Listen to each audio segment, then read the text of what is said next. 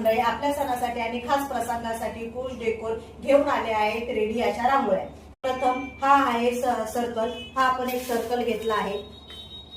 यानंतर छानसा असा कळस आणि त्याच्यामध्ये लोटस आहे, हा आपण मध्यभागी ठेवून देऊया। त्याच्यानंतर हा असा कॉर्नर सेट आहे, या कॉर्नर सेट मध्ये असे दोन येणार, हे दोन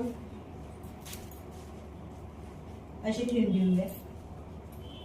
यानंतर हे सुस्वागतम, इथे जरी सुस्वागतम ठेवली, हा एक पीस तुमचा तयार होतो। नंतर हा सर्कल आणि हा कळस ठेवून पण आपण असे एक एक लोटसची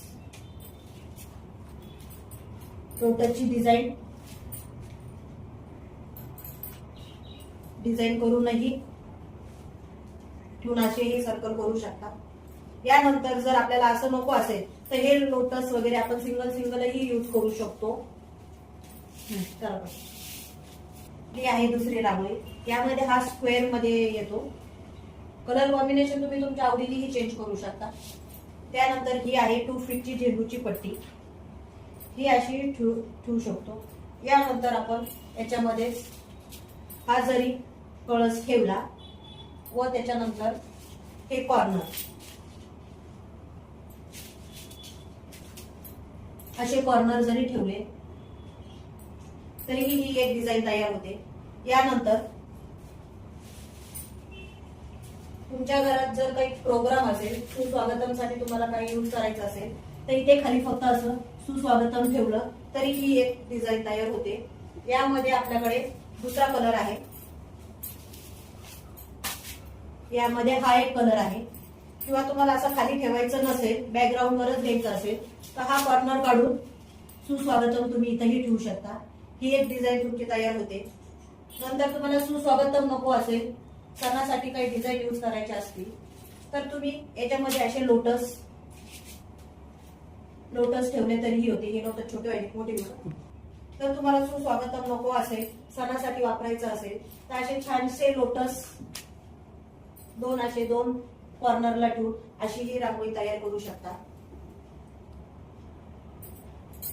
यानंतर जर आपल्याला हे बॅकग्राऊंड नको असेल तर आपल्याकडे बॅकग्राऊंड कलर ऑप्शन आहे, साईज ऑप्शन सुद्धा आहे। हा एक त्याच्यामध्ये बॅकग्राऊंडचा कलर आणि साईज। जर स्क्वेअर नको असेल तर हा सर्कल मध्ये सुद्धा आहे, साईज पण ही छोटी आहे। याच्यापेक्षा छोटी हवी असेल तर ही एक आहे आणि कलर ऑप्शन आहे।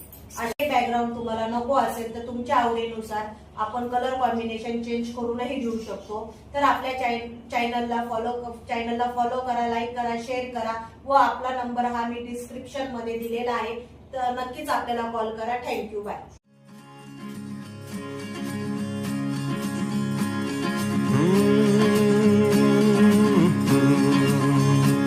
Hey my